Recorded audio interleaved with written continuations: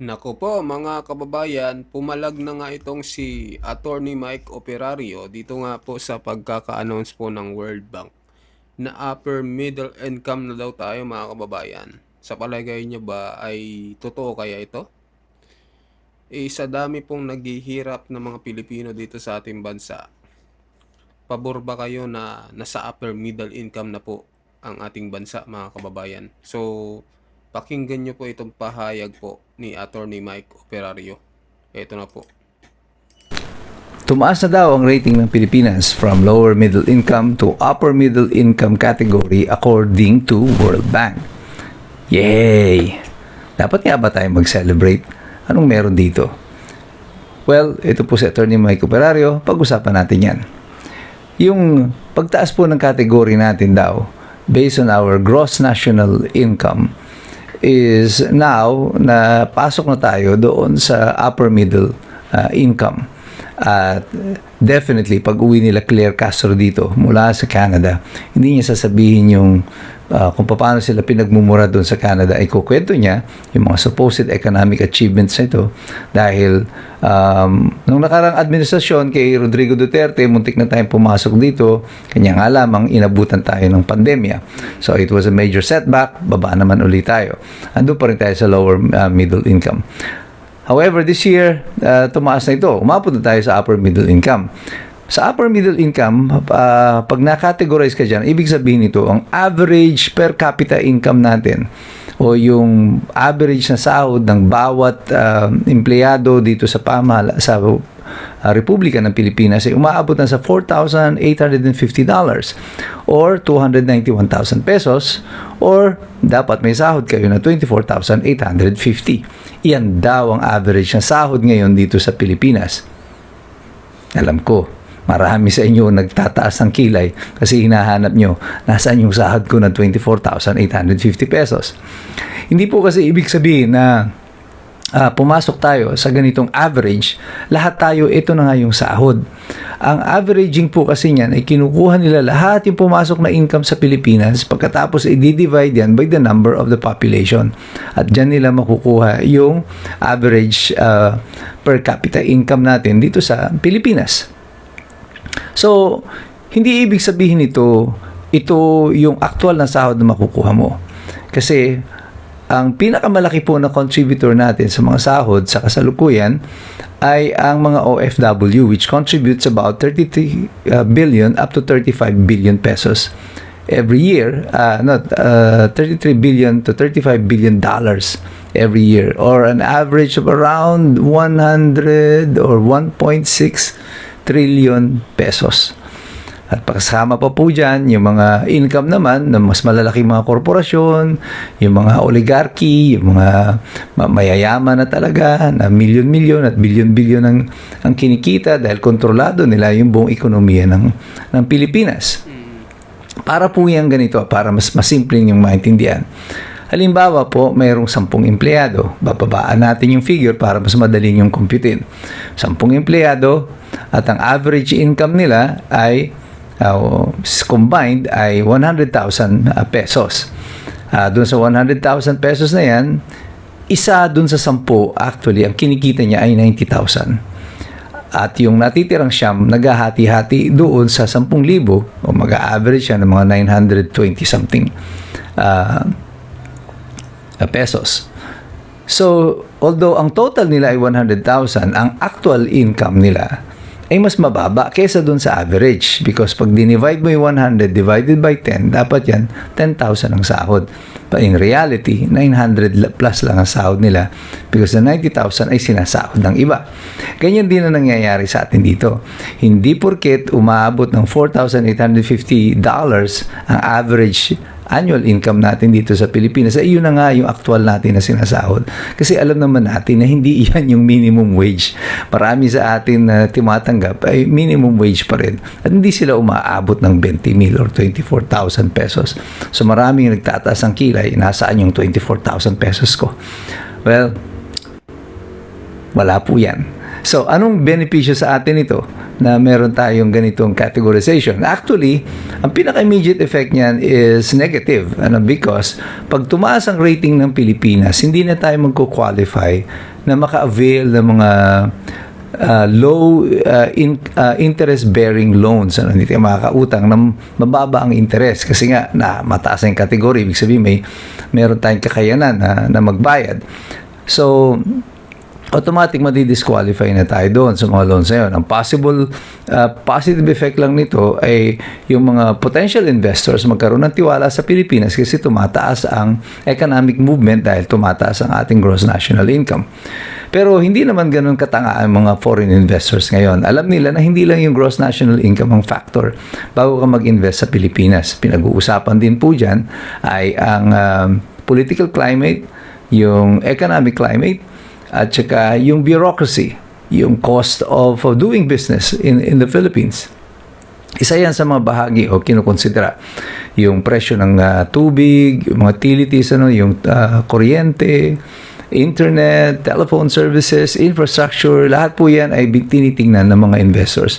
At yan po ang dahilan kung bakit hanggang sa kasalukuyan, kahit na tumataas pa ang ating GNI, hindi naman po ito automatically nagtatranslate to an investment.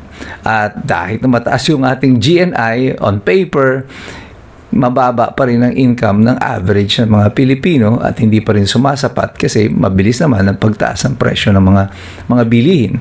At pag uwi niyan sila Claire Castro dito, bukod nga sa ibabandera nila sa atin ito na mataas na ang income nyo, huwag kayo maniwala sa nare-receive yung payslip. Sabi ng World Bank, eto ang sahod nyo, kaya yan ang paniniwalaan natin. So, yan ang isasaksak nila sa utak natin ngayon kahit na alam nyo naman na hindi ito ang totoong sahod na tinatanggap ninyo. At pagbalik nila dito, sasabihin niya, marami silang mga pinirmahan, mga trade agreement with Canada, marami silang nakuha, etc. etc. At meron tayong mga free trade na yun sinasabi nila na pipirmahan daw with Canada. Magbe-benepisyo pa tayo dito. Well, pag ang bansa mo ay mahirap at ang trading partner mo ay mas mayaman sa iyo at pumirma ka sa isang free trade agreement with them, ang disadvantageous laging position dyan ay yung mas mahirap na bansa. Kasi mas konti ang produktong ibebenta mo kesa sa kanila. Sila, mas marami silang produkto, mas marami silang dadalhin dito. Mas marami tayong bibilin at tayo mag-i-import ng mas marami at sila, mas konti naman ang i-import sa atin. So, it doesn't necessarily translate to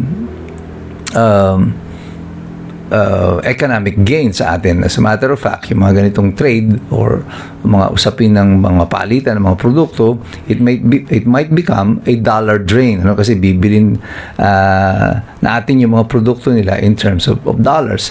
It doesn't necessarily mean na mag-i-invest sila dito sa Pilipinas. So that everything remains to be seen. Pero at least ngayon, alam nyo na. Pag dumating na si Claire Castro at nagbabandera sa atin at sinasabing, etong nagawa namin, yumaman na ang mga Pilipino, sabi kasi ng World Bank, ito ang sahod niyo kahit hindi. At least, masasabi niyo sa kanya na alam na namin yan, hindi mo niyo na kami kailangang bulahin. Kasi patuloy kami na nakikilahok, patuloy kami na nagmamasid, patuloy din kami nag-aaral. Kasi alam namin lahat, mahirap makialam ang taong walang alam. God bless you. God bless us all. Mabuhay ang Republika ng Pilipinas. Ayan mga kababayan. So, kayo ba? Naniniwala ba kayo dito mga kababayan? No? So, dito sa ating bansa, marami pong hindi sumasahod ng 24,000. Sabi nga ni Attorney Mike Operario, ay talagang lumaki ngayong mata niya simula nung nalaman niya na nasa middle income na daw ang Pilipinas. At parang suntok sa bato daw ito mga kababayan. Kasi marami pa talaga sa mga Pilipino na hindi sumasahod ng ganun kalaki. At kawawa daw yung iba nating mga kababayan. Kasi nga kung kukuha ng mga katulad ng mga interest daw, hindi na magkakaroon ng ganon yung ating mga kababayan. interest sa katulad na pag kumuha ka ng loan, parang hindi na kwalipikado yung isang Pilipino kung hindi siya aabot ang sahod niya ng ganito, 24,000. So, ganun yung sinabi ni Attorney Mike Operario. Kaya, nakakalungkot mga kababayan kasi parang minamanipulan nila yung bansang Pilipinas para lang maging maganda ang imahe ni PBBM sa mata ng Pilipino. Pero alam naman natin na talagang ang bansang Pilipinas ay naghihikahos ngayon, lalo na sa korupsyon na nangyayari mga kababayan. Grabe po yung nangyayaring korupsyon dito sa ating bansa. At maraming Pilipino ang galit. Lalo na negative 13 si PBBM mga kababayan.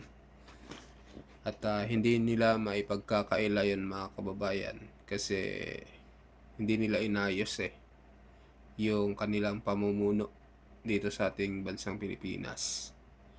Kung inayos sana nila simula nung umpisa, maganda sana yung naging imahe nila. Maganda yung tingin sa kanila ng tao, no? Pero ang ginawa nila talagang nagkaroon ng maraming korupsyon, pinagtakpan nila yung mga nangyayaring flood control anomaly, pinagtakpan nila at hanggang ngayon di natin malaman kung sino ba talaga yung mastermind nito. At yun ang gustong malaman ng maraming Pilipino pero mukhang ayaw nilang imbestigahan mga kababayan. Kaya nakakalungkot ang nangyayari dito sa ating bansa. Pero sabi nga ni Senador Marcoleta, dadating ang panahon ay lalabas at lalabas din yan mga kababayan. Kasi wala namang naitatagong lihim na hindi nabubunyag. Dadating ang panahon na mabubunyag din yan lahat mga kababayan. Hindi man sa ngayon, pero dadating talaga ang panahon dyan. Kaya, ayun mga kababayan, mag-comment po kayo kung ano masasabi nyo dito sa pahayag po ni Attorney Mike Operario patungkol nga dito sa upper middle income na pahayag ng World Bank. So, mag-comment kayo, mag-like at mag-subscribe sa ating video. At sa mga bagong pasok dyan, pa-subscribe din po mga kababayan ng ating YouTube channel. Maraming salamat po.